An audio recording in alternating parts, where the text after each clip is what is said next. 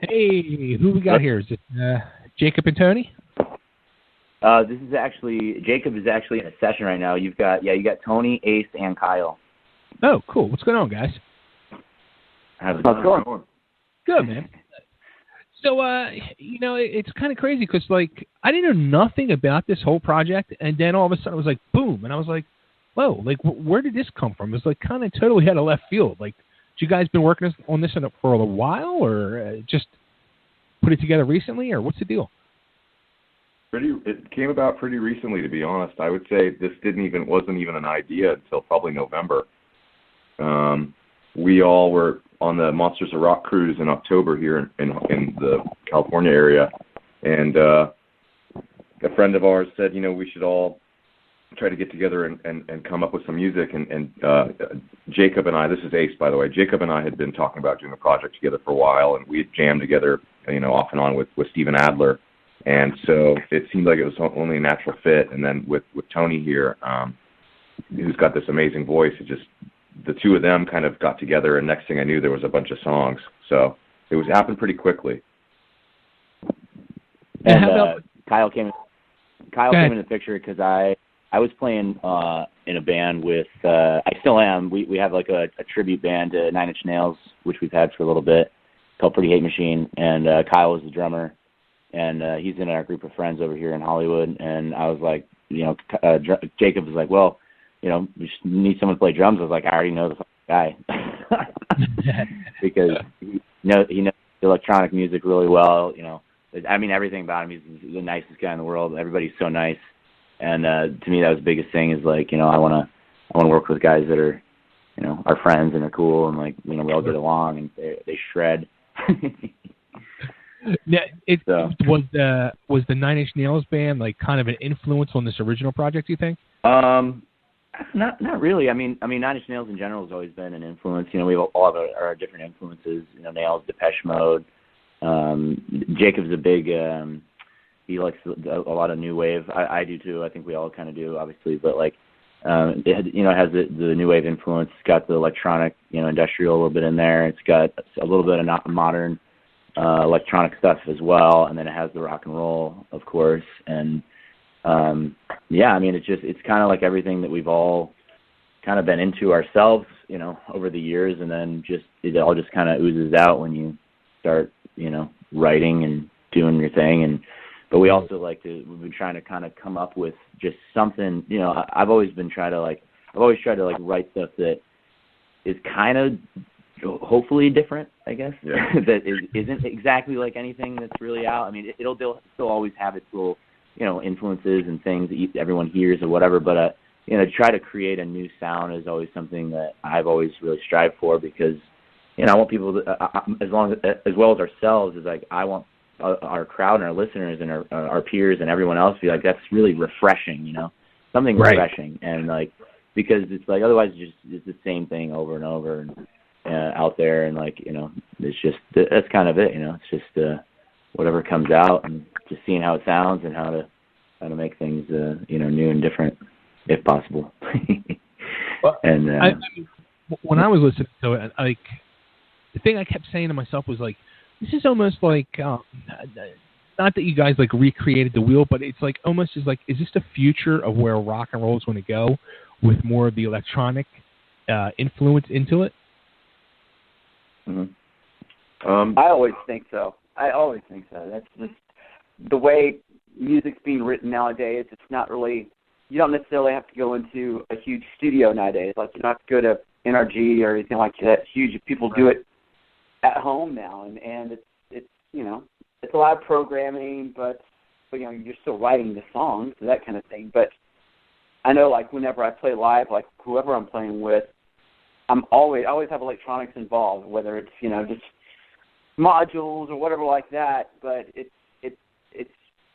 a great tool to use live, because it beefs up the music. To me, that's just how it's always worked for me.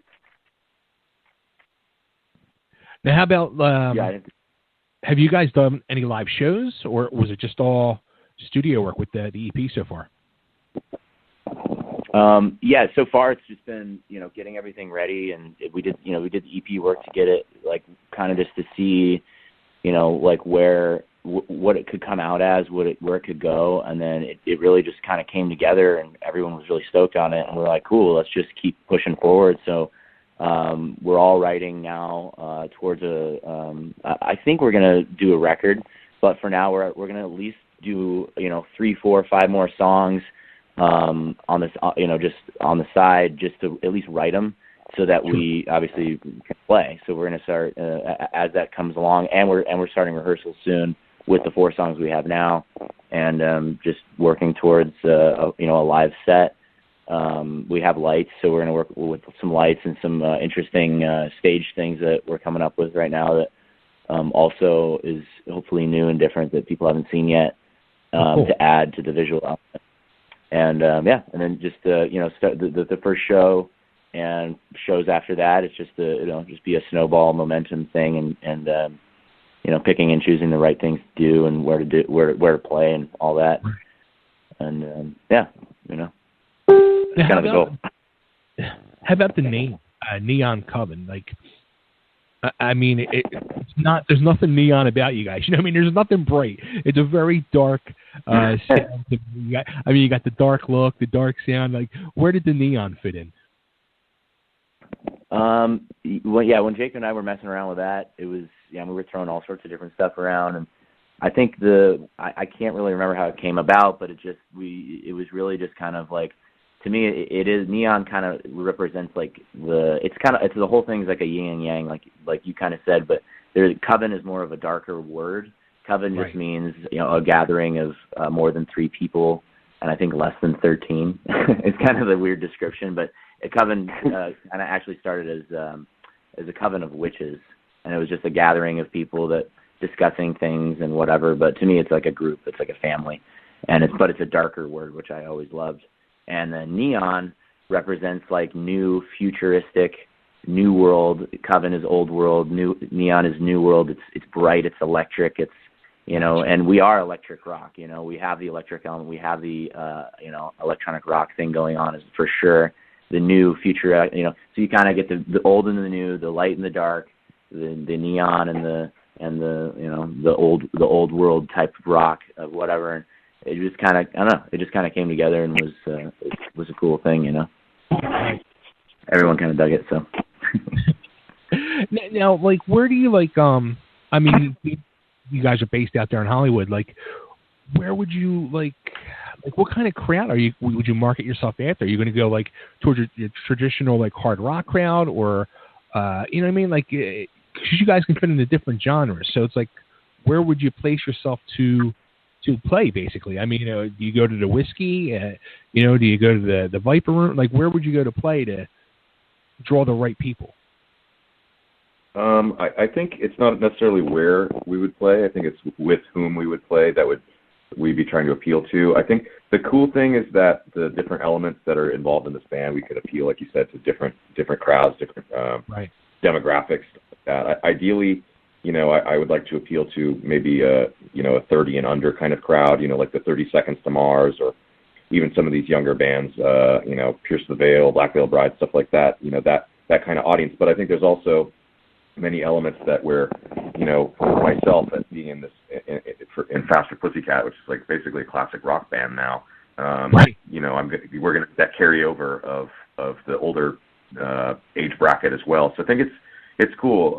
I think as far as playing in town, I think we have a few options lined up in the near future as far as where we could play. I think maybe I know we were talking about doing something at Bar Sinister at some point, which is this every Saturday, this sort of goth club here in town that's really successful. But again, I think it's just about who we would be paired up with, and just trying to get the name out there and the music out there, and just let at least locally, let the audience kind of draw naturally and build a following, just like any band should from the get go, and we'll see what happens after that. Nice. Yeah, actually, I just saw you a couple weeks ago here in Philly, when Pussycat played here in Philly. Yeah, right on. Cool. So, it was a fun show. It was real fun. Now, how about now you got the EP? It's out now. The first single. Is there going to be an actual official video you guys going to put out for the single, or? We are in planning stages right now and some storyboarding for a video. We do have a couple of different industry friends out here that are really great with the camera. I actually have a buddy of mine where we've kind of partnered up, and we have a film company called Blacklisted Pictures, which is kind of an ironic name that we like to pick. But we have some pretty cool gear now, and some other friends that are really good directors, and one of my other friends is a pretty well-known director, and we're figuring out. We want to, I'm all about like whatever you put out, it's out there, and you can't really redo anything. So I want to like do it the right way, and we definitely have the means to make something really cool and artistic and just like I said, refreshing. Like something I want to try and always try to push the envelope on something just new, and like wow, they do that, or some of those shots are like wow, how'd they do that, and showcasing also video, not just like we're going to go on a roof and like with one camera for a couple hours and like get the whole thing done. And I want to do some really cool stuff if possible.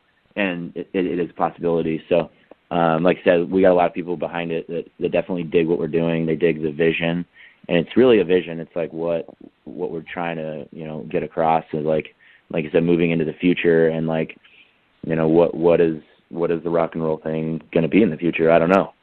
But like we all play music, we've all been in a lot of bands, and it's like I feel like in a way it's kind of like if we've chosen that path, like it's really kind of our job and duty really to like keep the rad stuff coming. It's like because I want to do it too. Like I want to go to shows with our peers. It's like and pushing our peers as well. It's like cool. Like your new stuff is rad. Like keep doing that and like and like just encouraging each other to like because I want to go see new stuff from our friends. Like what are they coming up with and what's new, what's going to be the new things, and how are we going to entertain people, because I've always been an entertainer, and like it's just been something that like I like to be entertained. I like to see cool stuff happen and what people can do like that's new and whatever, and I want to bring it to them as well with whatever I can with whatever.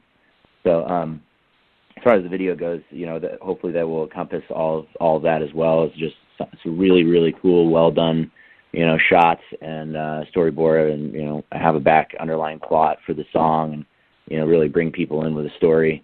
Because there's definitely a lot that, we all have something to say, so we'll see. I think the music too, like you can picture like story behind it. Like you can picture it in like a movie or a TV show, like in scenes of something, you know what I mean? It's got like, as a matter of fact, I interviewed a person last week, and they like changed the direction of their music, and they're calling it like cinematic pop, and that's kind of like what I can picture more of like a cinematic rock or goth or something. You know what I mean? Where you can picture it in on a big screen or a small screen.